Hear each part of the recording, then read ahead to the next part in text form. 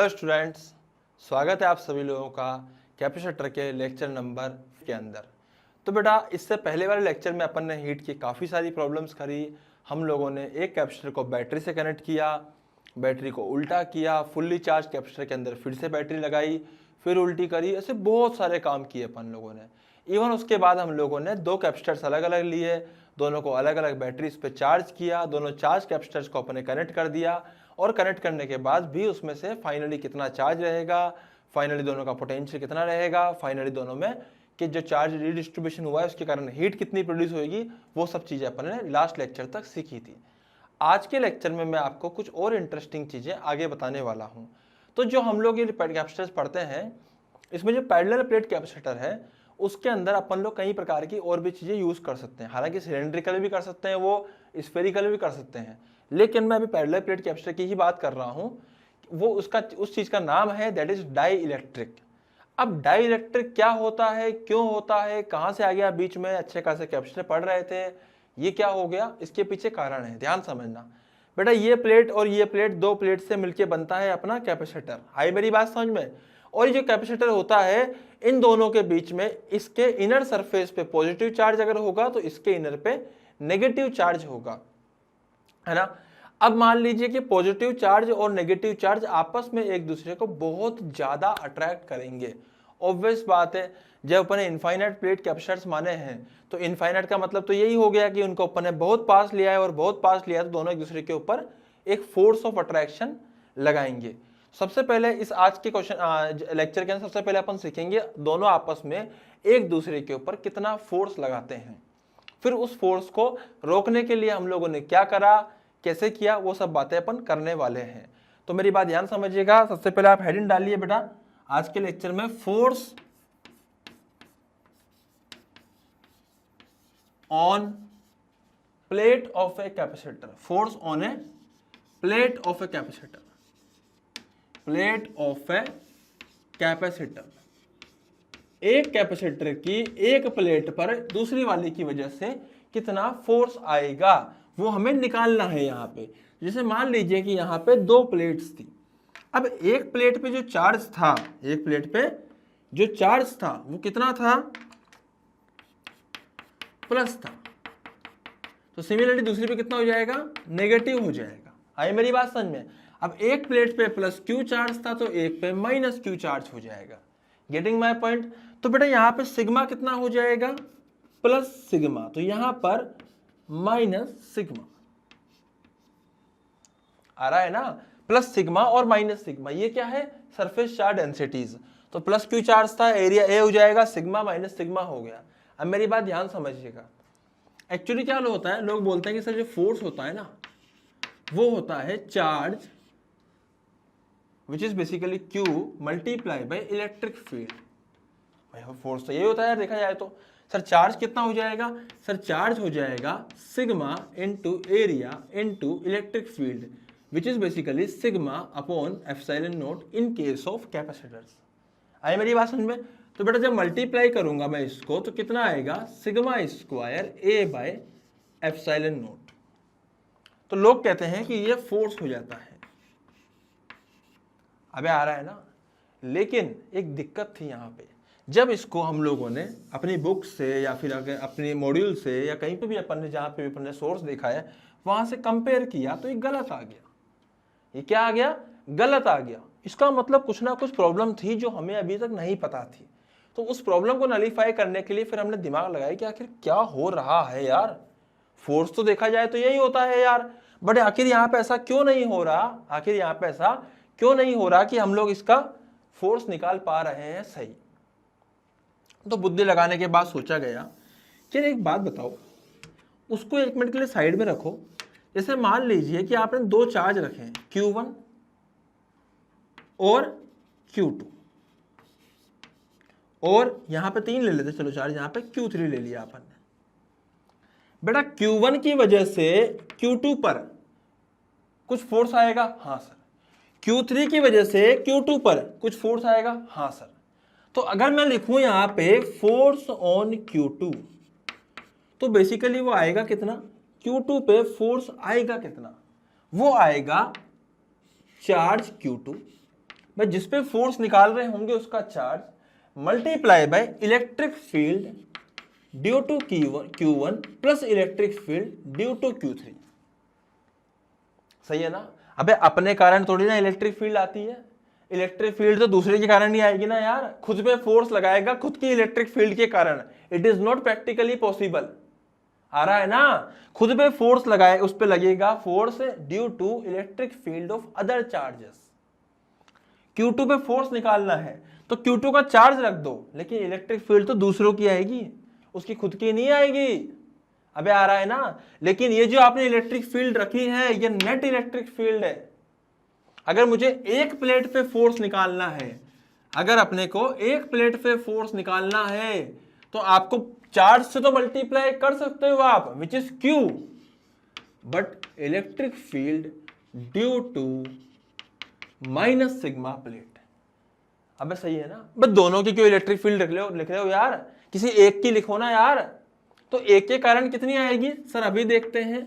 देखो Q कितना आएगा, sigma into area multiply by electric field एक प्लेट की आती है सिग्मा अपॉन 2 एप्सिलॉन नॉट। तो यहाँ पे सोल्व करने पे हमें जो वैल्यू मिलेगी उसको हम बोलेंगे sigma square area upon 2 epsilon naught. This is what, this is force.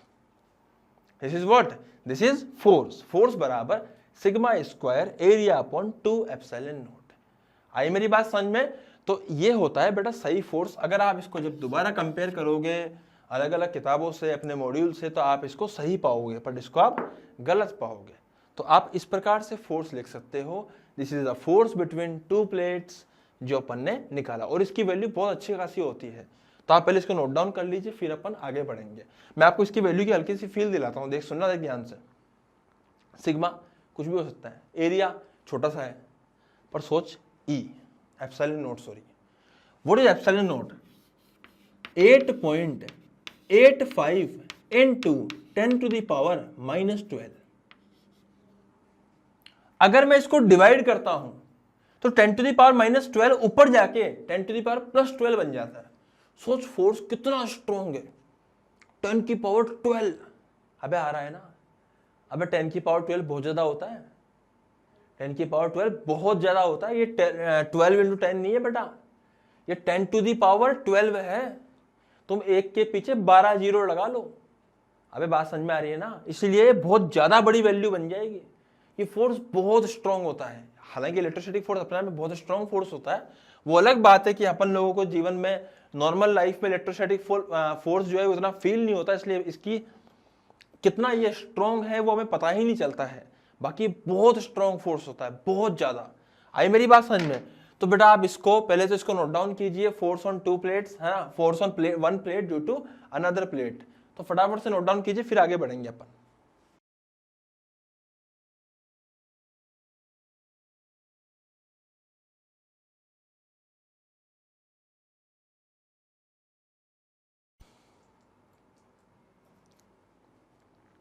हाँ भाई, तो अभी अपन ने ये चीज देखी है कि भाई फोर्स तो लगता है दोनों प्लेट्स के बीच में, तो प्लेट्स चिपक भी जानी चाहिए, लेकिन चिपकती नहीं है। तो इसका मतलब दोनों प्लेट्स के बीच में कोई ना कोई सपोर्ट लगाया गया। तो सबसे पहले अपन देखते हैं कि सपोर्ट किसका लगाया गया। तो चलो एक्सपेरिमेंटली देख लेते हैं किसका लगाया गया होगा।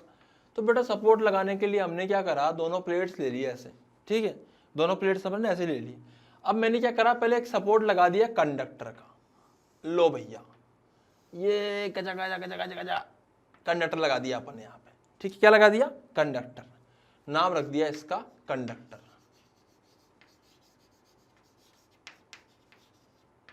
आई मेरी बात समझ में, कंडक्टर रख दिया इसका साहब, बहुत साहब बढ़िया। अब बेटा कंडक्टर जो रखा, तो कंडक्टर में एक चीज पता चली कि कंडक्टर में जैसे मान लीजिए इधर प्लस सिग्मा था, इधर माइनस सिग्मा था, तो एक तो इलेक्ट्रिक फील्ड आएगी इधर जो कि एक्सटर्नल थी। सिमिलरली एक इलेक्ट्रिक फील्ड इधर इंड्यूस हो जाएगी कंडक्टर में चार्ज के दौड़ने के कारण, जिसको ई इंड्यूस्ड बोल देंगे। और हम जानते हैं, आपको मैं दिख रहा हूं बेटा यहाँ पे, ठीक है, तो हम जानते हैं कि E induced is equal to E external. ये हो जाता है कंडक्टर में। तो कंडक्टर के अंदर जो नेट इलेक्ट्रिक फील्ड होगी वो हो चुकी होगी 0। कितनी हो चुकी होगी? 0। तो कंडक्टर में इलेक्ट्रिक फील्ड 0 हो जाएगी। इसका मतलब यहां सपोर्ट अगर कंडक्टर का लगा देंगे तो कोई मतलब नहीं रहेगा। अबे इलेक्ट्रिक फील्ड तो 0 हो गई नेट अंदर। और दूसरी बात है भैया, चार्ज तो लगभग दौड़ेंगे। जब अगर चार्ज दौड़ेंगे अंदर, मेरी बात समझ में आ रही है आपको? जब कंडक्टर को अगर अपन ऐसा फिट कर दिया है तो अंदर इलेक्ट्रिक फील्ड 0 आ चुकी है, चार्ज लगभग दौड़ चुके हैं, दौड़ के क्या कर चुके हैं, अंदर इतने इंड्यूस हो चुके हैं कि अंदर इलेक्ट्रिक फील्ड 0 कर दी है। अगर इलेक्ट्रिक फील्ड 0 होगी तो एनर्जी किसके फॉर्म में स्टोर करोगे बे भैया? आ रहा है ना समझ में? तो ये चीज बेकार आइडिया था, इसका सपोर्ट लगाने का गंदा आइडिया, घटिया आइडिया। अब सर और क्या लगाएं? तो बेटा फिर अपन ने एक और नई चीज इंट्रोड्यूस करी जिसका नाम रखा गया अपन ने जिसका नाम रखा डाई इलेक्ट्रिक। Dielectric. अब डाई इलेक्ट्रिक क्या है? देखो आपको यहां दिखा डाई इलेक्ट्रिक, देखिए यहां पे दिखा आपको डाई इलेक्ट्रिक। डाई इलेक्ट्रिक के बारे में आपको यहाँ पे डेफिनेशन दे रखी है ना। हालांकि मैंने आपको एक प्रैक्टिस शीट की नोट्स भी दिया है, उसमें आपको मिल जाएंगी सब चीजें। आप चाहें तो डाई इलेक्ट्रिक की डेफिनेशन यहाँ पे लिख सकते हैं कि डाई इलेक्ट्रिक एक्चुअली होता क्या है। बहुत स्मॉल अमाउंट में बेटा ये करंट को कैरी करता है, मतलब बहुत स्मॉल अमाउंट में करंट चलता है, बहुत स्मॉल अमाउंट में इसके अंदर चार्ज ये समझ लीजिए दौड़ते हैं, बहुत स्मॉल अमाउंट के अंदर। तो एग्जैक्टली होगा क्या मैं समझा देता हूं अब आपको। देख ध्यान समझिएगा, ये दो प्लेट्स है। अब ये दो प्लेट्स जो है, जैसे मान लीजिए अपन डाई इलेक्ट्रिक बिल्कुल पास में चिपका के ओई अपन ने ऐसे ऐसे ऐसे ऐसे ऐसे ऐसे ऐसे ऐसे ऐसे ऐसे ऐसे ऐसे बहुत बढ़िया सा, बहुत बढ़िया, ऐसा अपन ने डाई इलेक्ट्रिक रख दिया है, बहुत बढ़िया, शानदार। अब इसमें कितना चार्ज था पहले? Minus sigma. इसमें कितना था? Plus sigma. अबे सही है ना, माइनस सिग्मा और प्लस सिग्मा। अब ध्यान दीजिएगा, ये प्लस सिग्मा, ये माइनस सिग्मा। अब इस डाई इलेक्ट्रिक के अंदर कुछ एक्सटेंट तक चार्ज डिस्ट्रीब्यूट होएगा, लेकिन ढंग से नहीं, थोड़ा बहुत। जैसे मान लीजिए कि कुछ चार्ज यहाँ नेगेटिव आ चुका है। सर नेगेटिव क्यों आया? क्योंकि इलेक्ट्रिक फील्ड इधर थी तो नेगेटिव चार्ज इधर दौड़ेगा। सिमिलरली कुछ हो सकता है यहाँ पे पॉजिटिव चार्ज आ जाए, कुछ ढंग से नहीं आएंगे, बहुत थोड़े बहुत आएंगे, बहुत थोड़े बहुत। तो भैया अब यहां अंदर अगर देखा जाए तो इधर आएगा ई इंड्यूस्ड, ठीक है। और अगर बाहर देखा जाए तो बाहर सॉरी इधर आएगा अंदर की तरफ ही ई एक्सटर्नल। अब सही है ना। तो इस डाई इलेक्ट्रिक मटेरियल के अंदर जो नेट इलेक्ट्रिक फील्ड आएगी वो आएगी इसके कारण और इसके कारण। सही बात है। तो इन दोनों के कारण जो नेट आएगी यहां पर वो कितनी आएगी? नेट आएगी ई एक्सटर्नल माइनस ई इंड्यूस्ड। सही बात है। तो बेटा ये नेट हो जाएगी। अब इसका नेट कैसे निकाला गया? उसको नेट जब निकालने के लिए मैंने जब इसको पूरा सोल्व किया, जो भी किया अपन ने, फाइनली इसकी जो वैल्यू आती है वो आती है जो भी ई एक्सटर्नल पहले थी, that E external divided by dielectric constant. और ये डाई इलेक्ट्रिक कॉन्स्टेंट क्या होता है अलग अलग मटेरियल का, ये हम जानते हैं, ये हमें पहले से पता होता है, जो के की वैल्यू होती है। आई मेरी बात समझ में? ये आपको गिवन होगा डाई इलेक्ट्रिक कॉन्स्टेंट। अरे बात समझ में आ रही है ना? अरे पक्का बोल दो। तो बेटा इससे हुआ क्या कि जो अपने ई हो गया वो अपना बन चुका है ई एक्सटर्नल अपॉन के। आ रहा है ना? अब यहां पे अपन एक और चीज कर सकते हैं, सर इसके अंदर कितना चार्ज इंड्यूस हुआ उसको सिग्मा आई बोल सकते हैं अपन। तो इधर होएगा माइनस सिग्मा आई। अबे सही है ना? तो अगर मैं इसको ध्यान से देखूं तो मैं यहां पे ये भी लिख सकता हूं कि सर ए एक्सटर्नल मतलब sigma upon K epsilon naught, this will be equal to sigma upon epsilon naught minus sigma induced upon epsilon naught. हाँ भाई बात तो सही है। इसको इधर ले आओ, इसको इधर ले आओ, तो क्या बचेगा? Sigma induced upon epsilon naught is equal to, ध्यान दीजिएगा, सिग्मा कितना आएगा बेटा यहां पे? सिग्मा अपॉन एप्सिलॉन नोट इसको इधर ले आइए, इसको इधर ले आइए, कितना आएगा sigma upon epsilon not 1 minus 1/k।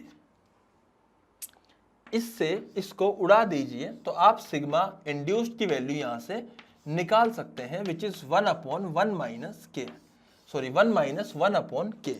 अबे आ रही है ना बात समझ में? तो आप यहां से इसकी वैल्यू भी निकाल सकते हैं। पूरा थ्योरेटिकल एस्पेक्ट है, लेकिन मेरी बात समझना ध्यान से। कंडक्टर नहीं ले सकते थे? नहीं भैया। इंसुलेटर लेने का कोई मतलब नहीं था। इलेक्ट्रिक फील्ड यहाँ पे कुछ भी, मतलब इंसुलेटर में क्या सपोर्ट तो मिल जाएगा, बट ये चीज नहीं हो पाएगी, हल्का फुल्का इंड्यूस नहीं हो पाएगा। सर इंड्यूस होने से क्या फायदा हो रहा है वो भी अपन देखेंगे आगे। आई मेरी बात समझ में? पहले आप फटाफट से इसको नोट डाउन कीजिए, फिर मैं आपको बताऊंगा इंड्यूस होने से क्या फायदा हो रहा है। जल्दी से नोट डाउन कीजिए।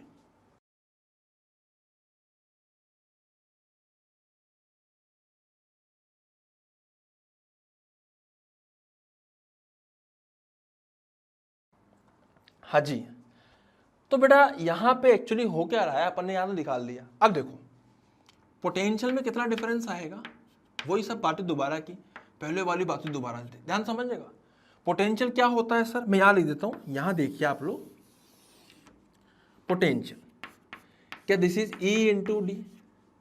अबे याद है ना, अब पहले E कितना हुआ करता था, ओनली E, अब कितना होता है E/K, तो लिख दो उसको भी। तो सर पोटेंशियल हो जाएगा E upon K into D. And what is E? E होता किसके बराबर है, sigma upon K epsilon not into D. Sigma किसके बराबर हो जाएगा, Q upon AK epsilon not into D. अब सही है ना? तो बेटा Q किसके बराबर हो जाएगा, Q will be equal to potential into A epsilon naught into K upon D। अब सही है ना? और अगर ध्यान से देखो तो भैया ये जो आइटम लिखा हुआ है, दिस इज व्हाट, कैपेसिटेंस। क्या हो गई ये, कैपेसिटेंस। Q बराबर CV, तो C की वैल्यू जो आई ना सर, वो कितनी आ गई, वो आ गई K multiply by A into epsilon not upon D. Sir इससे क्या फायदा हुआ, इससे फायदा हुआ हल्का सा कैपेसिटर भी बढ़ गया, बेटा कैपेसिटेंस भी बढ़ गई उसकी। क्या मेरी बात समझ में आ रही है? इसीलिए अपन ने डाइलेक्ट्रिक का इस्तेमाल किया। एक तो कैपेसिटेंस बढ़ गई, याद है पहले दिन अपन ने बात करी थी, थोड़ी कैपेसिटेंस और बढ़नी चाहिए, तो हालांकि पैरेलल प्लेट में काफी बढ़ चुकी थी, पर डाइलेक्ट्रिक लगाने से और बढ़ गई। अबे आ रहा ना समझ में, सपोर्ट मिल गया, कैपेसिटेंस बढ़ गई, मजा और आया। अरे बोलना यार। तो भैया आप इसको नोट डाउन करिए, है ना, ये थ्योरेटिकल इसके एस्पेक्ट हुए हैं।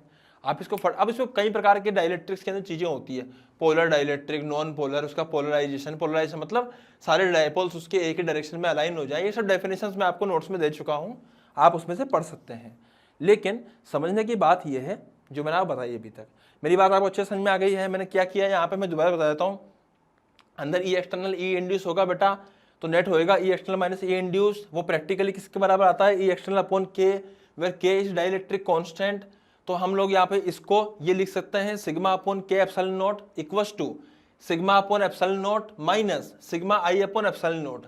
बेटा सोल्व करने पे सिग्मा I निकल जाएगा यहाँ से, ताकि इंड्यूस का भी अपन सरफेस चार्ज डेंसिटी निकाल सकते हैं।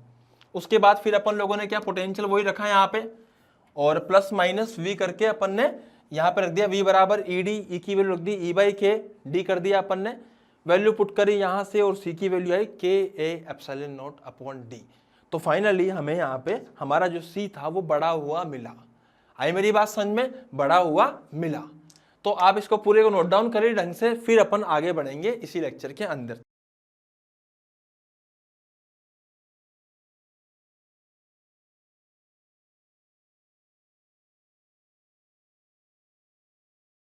हाँ तो भाई आपको दिख रहा है यहाँ पे यूज ऑफ डाइलेक्ट्रिक, तो बड़ा फटाफट से नोट डाउन कर लीजिए यूज ऑफ डाइलेक्ट्रिक को। बहुत सिंपल सी चीज़ है, कुछ भी नहीं है, हालांकि नोट्स में मैंने दिया है, बट आप नोट डाउन कर सकते हो।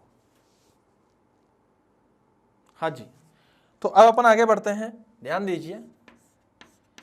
तो बेटा अभी मैंने आपको बताया कि भैया डाइलेक्ट्रिक अगर लगाने से कुछ ना कुछ चेंजेस आते हैं इलेक्ट्रिक फील्ड में, और अपने कैपेसिटेंस के अंदर भी कैपेसिटेंस बढ़ जाती है, जो भी चीज़ें होती है अपन ने भी यहाँ पे समझिए।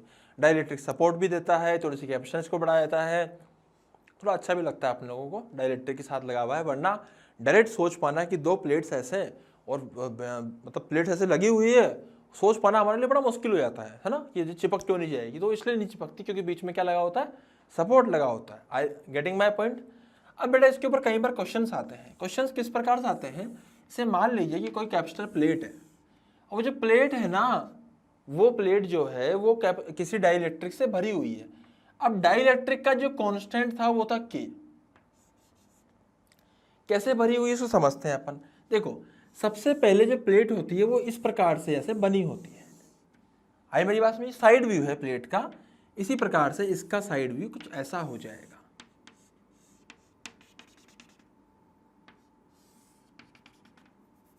ऐसा कुछ साइड व्यू हो जाएगा इसका। आई मेरी बात में, ऐसे दो प्लेट्स है बेटा, इसको अपन डाइलेक्ट्रिक से भर दिया है। वो अलग बात है कि डाइलेक्ट्रिक का जो डाइलेक्ट्रिक कांस्टेंट है वो अपने को के दे रखा है यहाँ पे, कुछ पीछे तक जाएगी ऐसे ही है ना, पीछे तक जाएगी ऐसे, और ये ऐसे पूरा बीच में मटेरियल भरा हुआ है, dielectric material. Getting my point? अबे आ रहा है ना, ऐसे पूरा डाइलेक्ट्रिक मटेरियल भरा हुआ है इसके बीच में, ठीक है। तो अभी हमें क्या समझना है, जैसे मान लीजिए सर इसका अब कैपेसिटेंस कितना हो जाएगा। सबसे पहले इसकी जो लंबाई थी वो थी ए, इसकी जो हाइट थी वो भी थी ए। अबे आ रहा है ना, ये इसकी लंबाई भी ए थी, हाइट भी ए थी, और मजे की बात क्या है कि दोनों के बीच में डिस्टेंस डी थी। आई मेरी बात समझ में? तो नया कैपेसिटेंस क्या हो जाएगा इसका, तो सी इक्विवेलेंट हो चुका होगा कितना, सी हो चुका होगा के multiply by epsilon not a upon D. अभी ये होता है सी, तो यहां पर के की वैल्यू तो के ही रहेगी, मल्टीप्लाई बाय, तो मल्टीप्लाई आपको लिखने की यहाँ पर कोई आवश्यकता नहीं है, पर के आप लिख सकते हो के epsilon not area is a square upon D. सही बात है, तो ये जाएगा सी इक्विवेलेंट के epsilon not a square upon D. तो बेटा ये क्वेश्चन इसके ऊपर ऐसे बहुत सारे बनते हैं, ये अपन ने के लगा दिया, कभी कुछ लगा दिया, के की वैल्यू 1.2 ले ली, 1.4 ले ली, कुछ भी लेते रहते हैं, 1.8 ले ली, कुछ ना कुछ वो लोग लेते रहते हैं यहाँ पे अलग अलग वैल्यूज, और इस प्रकार से अपन इसको लिखते रहते हैं। आई मेरी बात समझ में? अब अपन इसी के ऊपर आगे बढ़ेंगे, पहले आप ये वाला चीज नोट डाउन कीजिए, फिर अपन आगे बढ़ते हैं।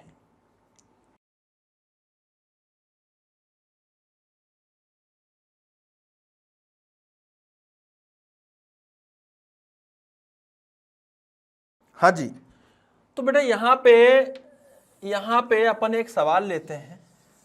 अब इसमें कई सारे क्वेश्चंस बनते हैं, मैं आपको और वैरायटी बताता हूँ सवालों की किस प्रकार से बनते हैं। जैसे मान लीजिए कैपेसिटर है, अब इसको अपन ने डाइलेक्ट्रिक से भर दिया, लेकिन मजे की बात क्या थी कि अपन ने नीचे भरा हाफ पोर्शन में डाइलेक्ट्रिक येलो कलर का।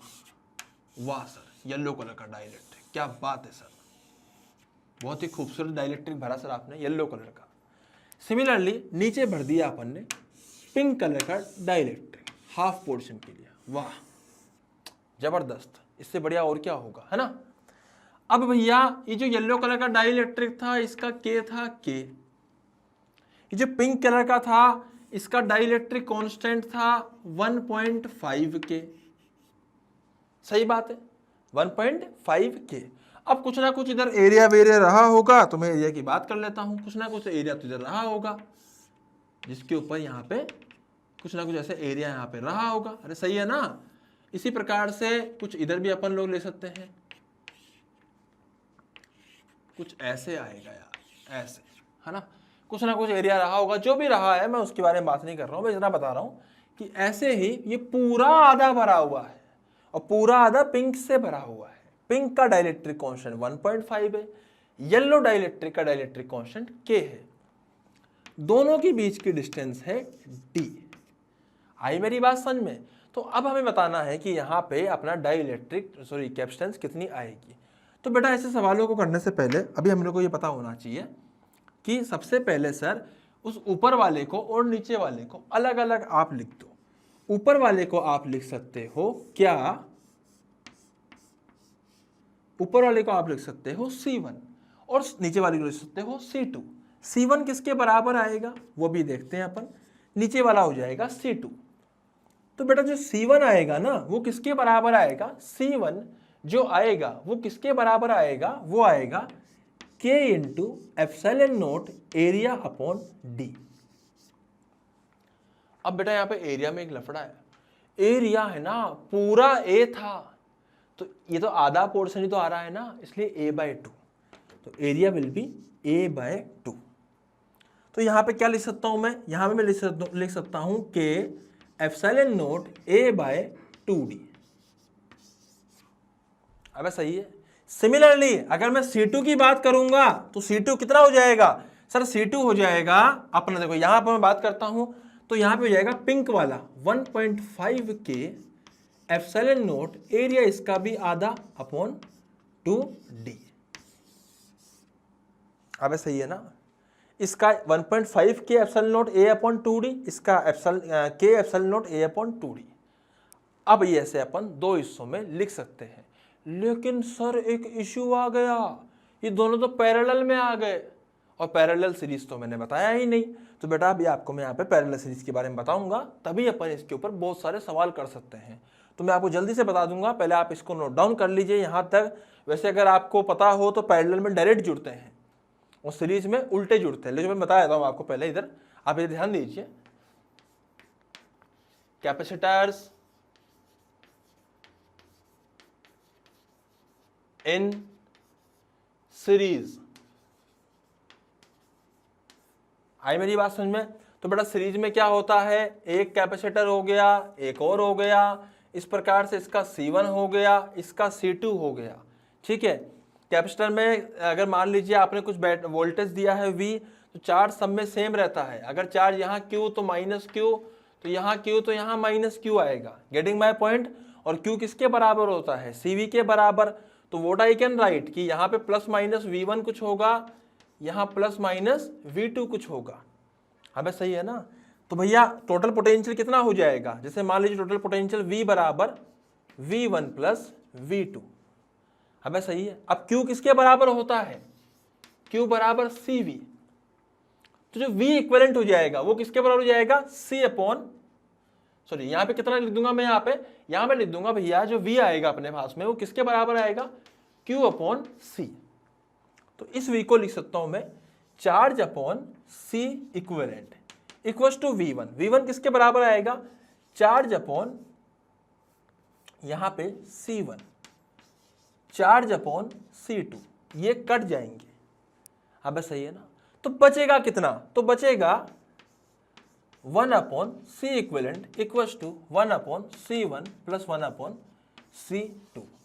वही जैसे रजिस्टर में सीधे जुड़ते थे, है ना, सीरीज में यहाँ उल्टे जुड़ते हैं। सीरीज में जैसे रजिस्टर में जुड़ते थे उल्टे, पैरेलल में यहाँ जुड़ते हैं सीधे पैरेलल में। पैरेलल की बात कर लेते हैं अपन।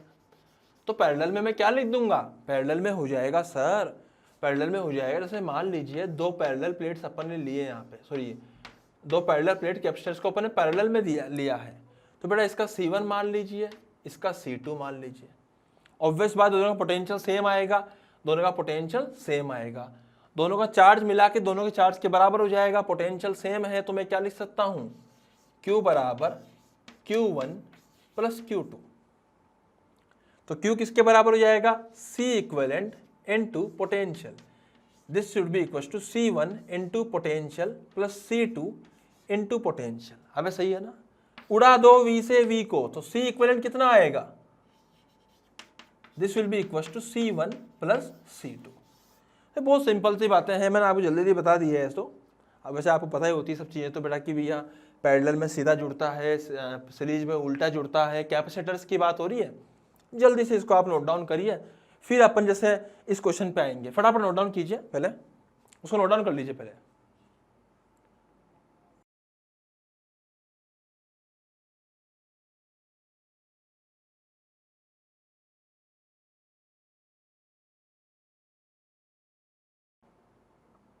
हाँ, तो अगर आपको यहाँ पे इन दोनों का C इक्विवेलेंट निकालना हो, दोनों पैरेलल में है, जोड़ दीजिए, कितना आएगा 1.5 प्लस 1 तो 2.5।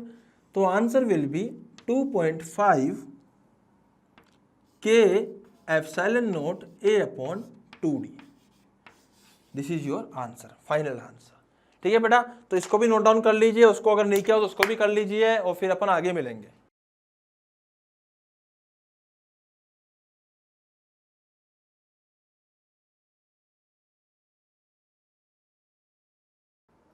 हाँ भाई, तो इसी के ऊपर अपन और भी सवाल देखते हैं। देखिए, अब बार बार मेरे को पूरा डायग्राम बनाने की जरूरत तो है नहीं, आप समझ गए ना साइड में एरिया कुछ होता है। तो बेटा जैसे मान लीजिए कि अपन लोगों ने क्या करा, ऐसे करके यहाँ पर हम लोगों ने इसको 3 हिस्सों में तोड़ दिया। 3 हिस्सों में, पिछली बार अपन ने कितने में तोड़ा था, 2 में तोड़ा था। आज इसको अपन 3 हिस्सों में तोड़ देते हैं। अब ये जो है समथिंग डाइलेक्ट्रिक कांस्टेंट होगा, इसका कितना होगा अभी अपन देख लेंगे, लेकिन कुछ होगा। इसी प्रकार से इसका भी कुछ होगा, सही बात है ना। और इसी प्रकार से हम कह सकते हैं कि ये भी कुछ होगा। ऐसा ऐसा करके अपन ने बना लिया है। अबे आ रहा है ना, पक्का ना। तो बेटा 3 हो सकते हैं। अब जैसे इसका डाइलेक्ट्रिक कांस्टेंट जो है वो हो सकता है, जैसे के, यहाँ पे अपन ऐसे के मान लेते हैं, इसको कितना मान लेते हैं, ओनली के। सिमिलरली इसका जो हो सकता है, इसको मान लेते हैं अपन 1.2 के, और इसको अपन मान सकते हैं 1.5 के। सही बात है, ऐसे मान सकते हैं ना। अब हमें क्या करना है, जैसे मान लीजिए कि बीच की डिस्टेंस दे रखी है d, तो पूछा गया है बताइए C इक्विवेलेंट कितना आएगा दोनों के बीच में। तो बेटा फटाफट से आप ही बताइए, जल्दी से कीजिए, फास्ट, जल्दी से।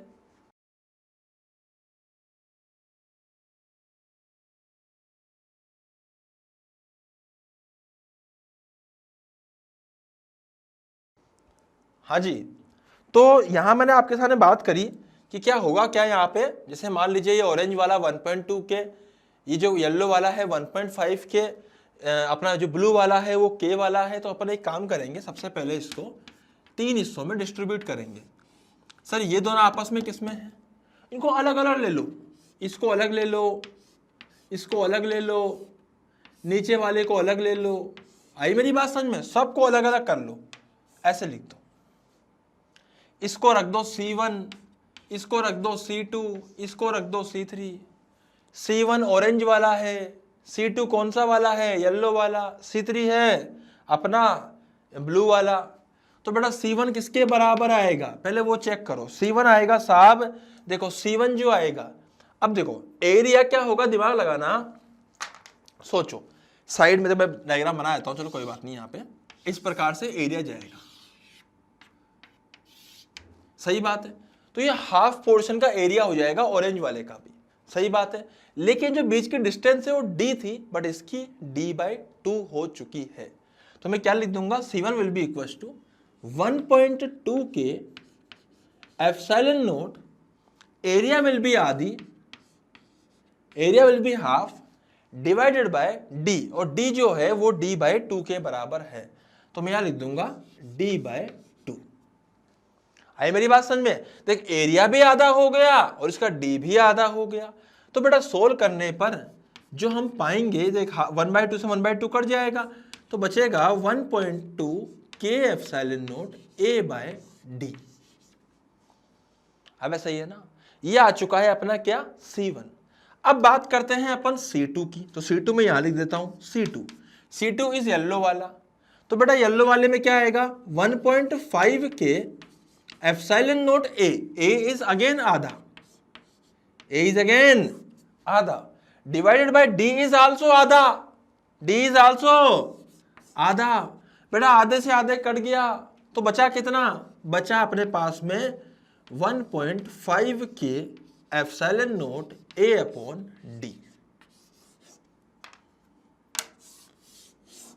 इसी प्रकार से इसमें कितना बचा,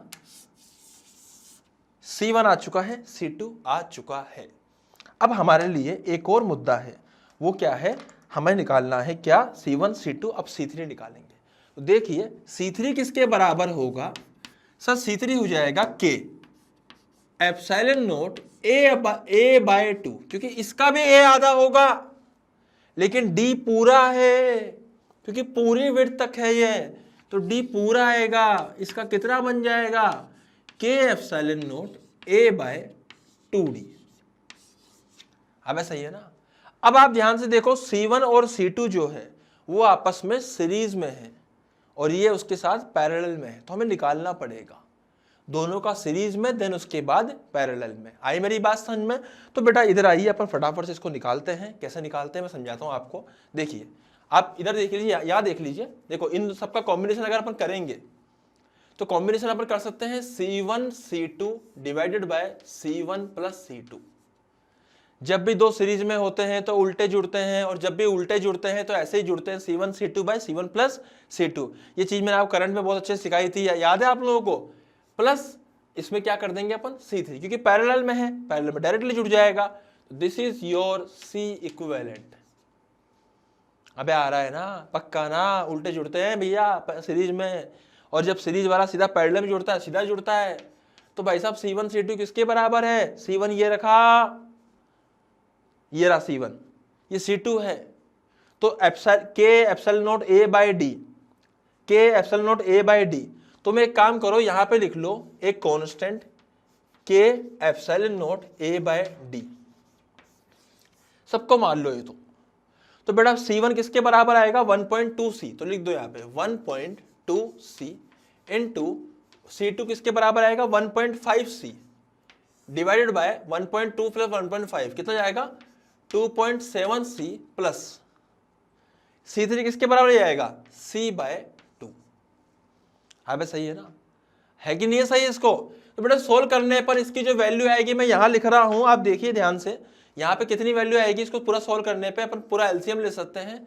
ये आएगा 5.4, हाँ बेटा 1.5 1.2 कितना हो जाएगा? 1.8 जो भी हो रहा है, तो 1.8 और एलसीएम लेंगे तो 3.6 ऊपर हो जाएगा। C प्लस इसको जब यहाँ लिखेंगे तो यहाँ आ जाएगा 2.7C। सही है ना बेटा? सोल्व करेंगे इसको पूरे को, सोल्व करने में वी विल गेट कि यहाँ 3 हो जाएगा, और यहाँ आएगा 6.3 डिवाइडेड बाय 5.4C। तो आई थिंक आएगा ये, अगर मैं इसको लिख सकता हूँ आगे 63 बाय 54C। हाई मेरी बात समझ में? आगे जो कैंसिल आउट वो हो सकता है वो आप करते रहिएगा अपने हिसाब से, लेकिन अपन लोग इसको ऐसा लिख सकते हैं। C की वैल्यू क्या है? Epsilon naught K into area upon D. I मेरी बात समझ में? तो वो आगे अलग बात है कि अपन ने यहाँ पे रैंडम वैल्यूज लिए, तो वहाँ पे वैल्यूज जो आई वो मल्टीप्लाई डिवाइड थोड़ी सी ऐसी टफ सी आ जाती है, एग्जाम थोड़ा सा ईजी दे देता है, भरोसा नहीं है एग्जाम का भी। एम्स का एग्जाम हो या कोई टफ एग्जाम हो तो वो कई बार वैल्यूज भी टफ कर देता है ना। तो अपन ने क्या किया, मैं दोबारा रिपीट कर देता हूँ। अपन ने C1 C2 जो सीरीज में थे उन दोनों को सीरीज में ऐड कर दिया, C1 into C2 upon C1 plus C2, तो 1.5 इंटू 1.2, सही है ना। तो डिवाइडेड बाय दोनों का एडिशन 2.7 प्लस C बाई 2, क्योंकि ये C बाई 2 के बराबर है। सोल्व करने पे 1.5 इंटू 1.2 1.8 होता है, तो 1.8 मल्टीप्लाई बाय 2 कर देंगे, 3.6 की एलसीएम लिया अपन ने, नीचे 5.4 हो जाएगा। अब सही है ना, और इधर जाएगा तो इधर 2.7 बचेगा। सोल्व करने पे ये हो जाएगा 3 और ये हो जाएगा 63 by 54C। Getting my point? तो बेटा आप इसको अब आगे लिख सकते हो यहाँ से। तो इसको आप पूरा लिखिए एक बार ढंग से, और उसके बाद फिर अपन आगे बढ़ेंगे।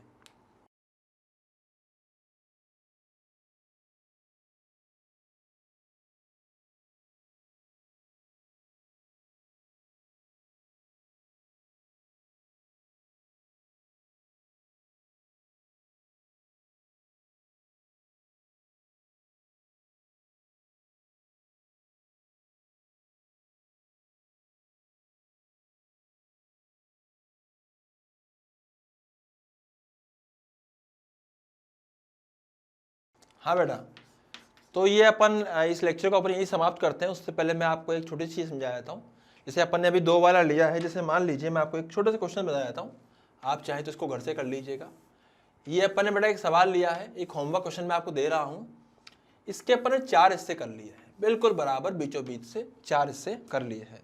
समझ ना, एक ऐसे प्लेट, एक ऐसे प्लेट, एक ऐसे प्लेट, एक ऐसे प्लेट।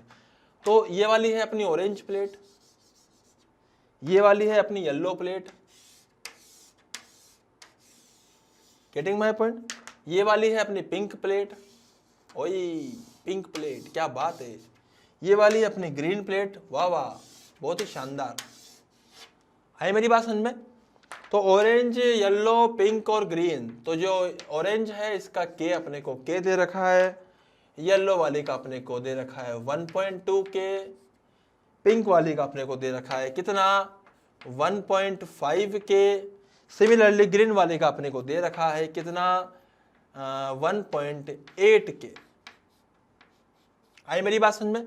ये इसके बीचों बीच में है, बाकी पोर्शन हाफ हो रहा है, वही डिस्टेंस डी दे रखी है आपको। यहाँ पे आपको सब कुछ के वे दे रखा है ना, आपको एरिया का टर्म्स जो दे रखा है वो अपना दे रखा है कि ये ए एरिया पूरा दे रखा है इसका, ए एरिया इज ए। तो बताना है कि what will be C equivalent, आपका इसका कैपेसिटेंस कितना होगा। तो बेटा ये होमवर्क में है, इस लेक्चर को अपन आज यहीं समाप्त करते हैं। इसके बाद नए लेक्चर में अपन नई नई चीज़ें सीखेंगे। तब तक के लिए धन्यवाद, सीखते रहिए और आते रहिए। Happy learning, thank you so much.